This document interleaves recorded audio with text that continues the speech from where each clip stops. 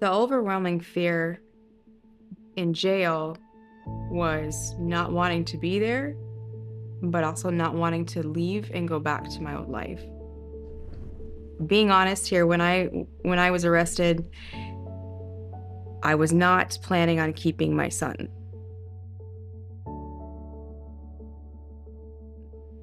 I was to my second term, and the plan up to this point had been I was going to give him up for adoption uh, because I was a drug user and I wanted to stay in that life. I felt stuck. This time, because life outside of jail was very scary for me, I had nowhere else to turn. And for the first time in my life, I turned to God. I gave my life to Him, and He took my desire to use. Through that, made the decision that I wanted to keep my son. Prior to this, I felt very unworthy, unqualified, and scared to take that step. But after the miracle for me happened in my cell, I knew what was right and what I was going to do. And I knew that to keep my son, I had to be clean and sober, and not just not using drugs, but improving my life in every aspect, to be a good mom. I arrived at New Start with nothing.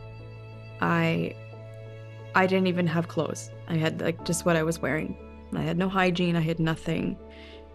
And I had nobody to ask for that stuff either. And New Start provided all of that for me. Nobody made you feel bad for what brought you to be at New Start. They all just lifted you up. They made it possible so that I didn't have to worry about trying to do those things. I could just worry about me. I could focus on my recovery and my healing and my child. While Rebecca was still finding her footing at New Start, her family suffered a profound loss, the death of her Aunt Sue. Under strict COVID restrictions at the time to keep pregnant women and infants healthy and safe, participants were not permitted to leave the facility.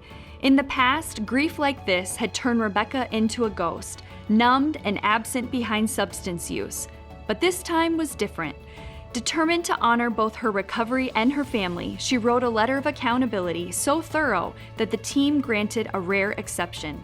It was really important for me to have integrity, to ask the questions, and be ready to accept the yes or the no.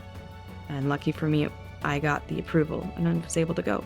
I was at New Start for a long time. I was there for 8 months. And while I was there, I changed a lot. And I was able to become self-aware, know who I was, and build confidence.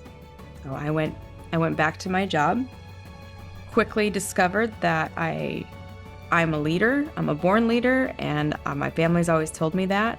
And I got to see it for myself because I was there for a couple weeks and I was promoted. More than 2 decades. I used to say was lost, and now I can say it was more of a refining. It was hard, but it made me who I am today. So I know that God's grace is real.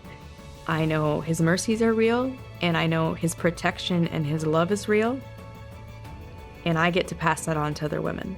It's because of New Start that my son will never know that person I used to be.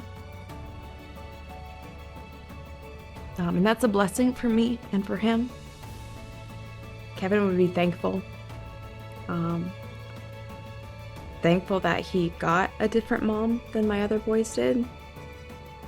He got a mom that was there for him, that loved him, that raised him in faith,